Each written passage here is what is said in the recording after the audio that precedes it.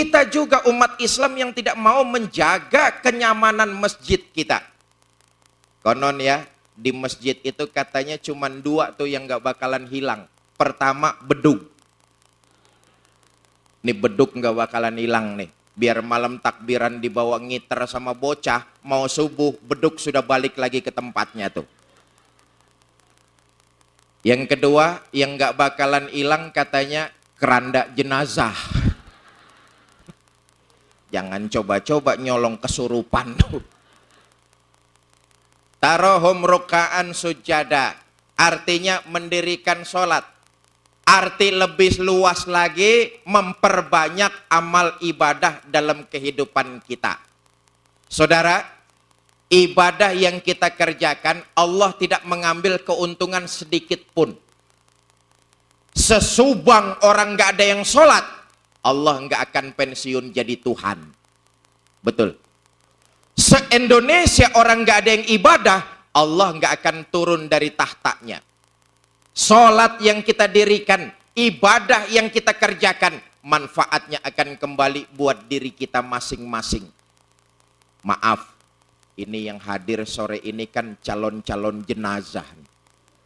Betul ya? Ini calon-calon jenazah semua nih.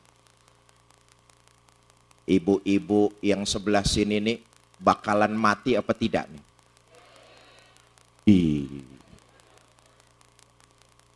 Bapak-bapak yang sebelah sini nih bakalan mati apa enggak nih?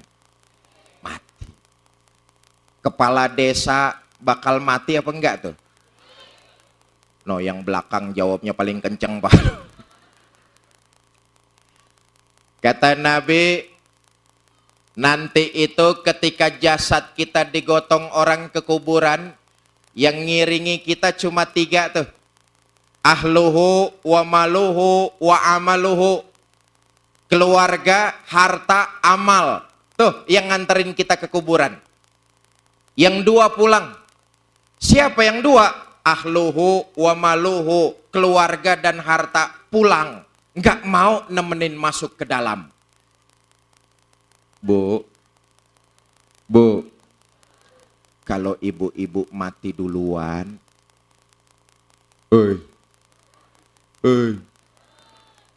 mati duluan. Jangan mengharap suami mau nemani masuk ke dalam. Apa suami nggak sedih ditinggal mati istrinya? Sedih. Apa suami nggak nangis? Nangis. Mata yang kanan, mata yang kiri melotot nyari mana gantinya ini. Yang nemenin kita nggak lain adalah amal ibadah kita ketika kita hidup di alam dunia ini. Saudara, beramal tentu harus dibarengi dengan ilmu dan niatnya hanya mencari ridho Allah. Amal dengan ilmu, dua-duanya tidak bisa dipisah-pisahkan. Orang beramal harus ngerti ilmunya, orang berilmu diamalkan ilmunya. Orang berilmu yang tidak diamalkan ilmunya, itu orang pinter tapi keblinger. Nih, sekarang banyak orang pinter tapi keblinger. Disuruh ngurusin hutan, malah rame-rame jadi orang utan. Disuruh ngurusin beras, malah nimbun beras. Disuruh ngurusin laut, malah jadi bajak laut. Yang celaka disuruh ngurus hukum, malah bikin hukum seperti pisau. Tajam ke bawah, tapi tumpul ke atas. Kalau rakyat miskin yang salah, hukum cepat-cepat ditegakkan. Tapi kalau yang kaya dan berkuasa salah, hukum sering pura-pura tidak tahu. Ilmu yang tidak diamalkan, orang pinter tapi keblinger. Sebaliknya, beramal harus ngerti ilmunya. Beramal yang tidak menggunakan ilmu itu akan merusak nilai pahala amalan itu sendiri. Dengan kata lain, ibadahnya sia-sia. Nungging setiap hari selama bulan Ramadan merasakan lapar. Tapi karena ibadahnya tidak didasari dengan ilmu, maka ditolak dan sia-sia. Dulu ada cerita 2 orang anak muda mau beramal, sholat berjamaah. sholat dua orang anak muda ini di atas panggung. Panggungnya terbuat dari bambu. Yang satu jadi imam, yang satu jadi makmum. Begitu lagi tahiyat, rupanya punya imam kejepit. Imamnya kaget lalu teriak, "Aduh, gua kejepit." Ya saya tanya, sholatnya batal apa tidak? Batal. Mestinya kan makmum meneruskan pekerjaan imam. Tapi karena makmum nggak ngerti ilmunya, dia dengar imam teriak, "Aduh," malah nyautin, "Kejepit nih." Ini contoh. Bapak, Ibu, saudara-saudara, kita sangat beruntung sekali. Di tengah-tengah desa kita, desa Muara ini, masih ada satu wadah, Pondok Pesantren Al-Wataniyah. Ibu bapak yang menitipkan anaknya sekolah di sini ini, pilihan yang sangat bagus. Di sini anak-anak kita bukan cuma sekedar diisi otaknya dengan berbagai macam ilmu pengetahuan, tapi juga dimantapkan nilai-nilai keimanannya kepada Allah. Pilihan sudah sangat bagus. Otak anak kita diisi, tapi hatinya juga dimantapkan dengan nilai-nilai iman kepada Allah Subhanahu. Yang keempat, harus bagi waktu dengan Pak Bupati ini. Yang keempat, kalau mau aku sebagai pengikut baginda Nabi, ciri yang keempat, yabtaghuna fadlam minallahi wa ridwana. Ciri pengikut Nabi itu umat Islam punya semangat yang tinggi dalam mencari karunia ilahi. Islam bukan agamanya orang pemalas yang selesai sholat diam saja tanpa harus berbuat. Islam adalah agamanya orang yang punya semangat tinggi dalam mencari karunia ilahi. Fa iza qudiyatis shalah fantasiru fil ardi. Apabila sholat telah kamu tunaikan, telah kamu dirikan, bertebaranlah di muka bumi, cari karunia Allah Tuhanmu.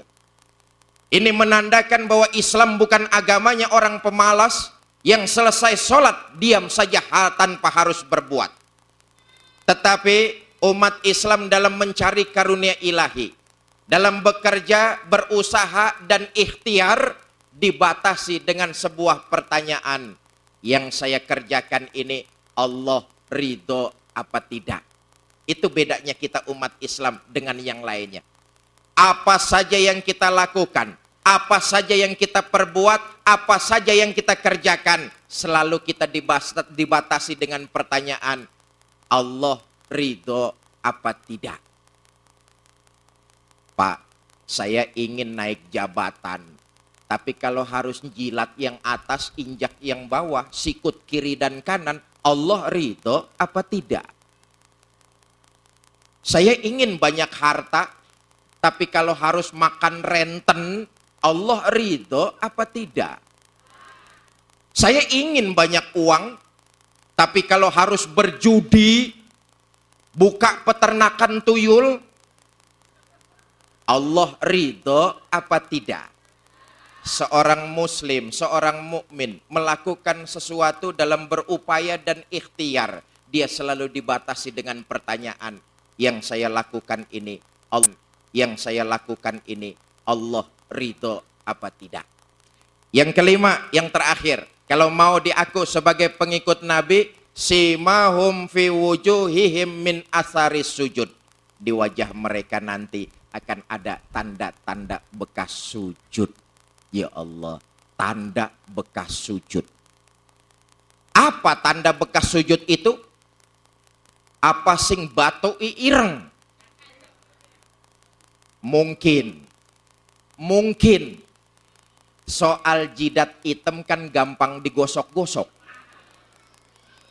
Betul?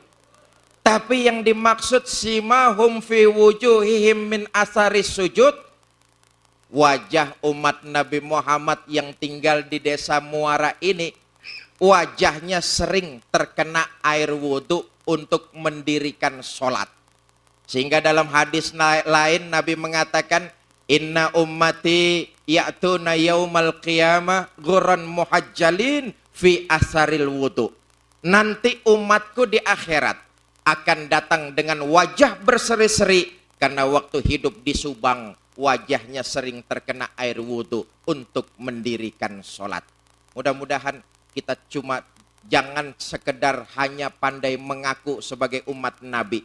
Ayo kita buktikan dengan yang 5 ini. Mudah-mudahan di akhirat nanti kita juga bisa diaku sebagai umat dari baginda kita Nabi besar Muhammad Sallallahu Alaihi Wasallam.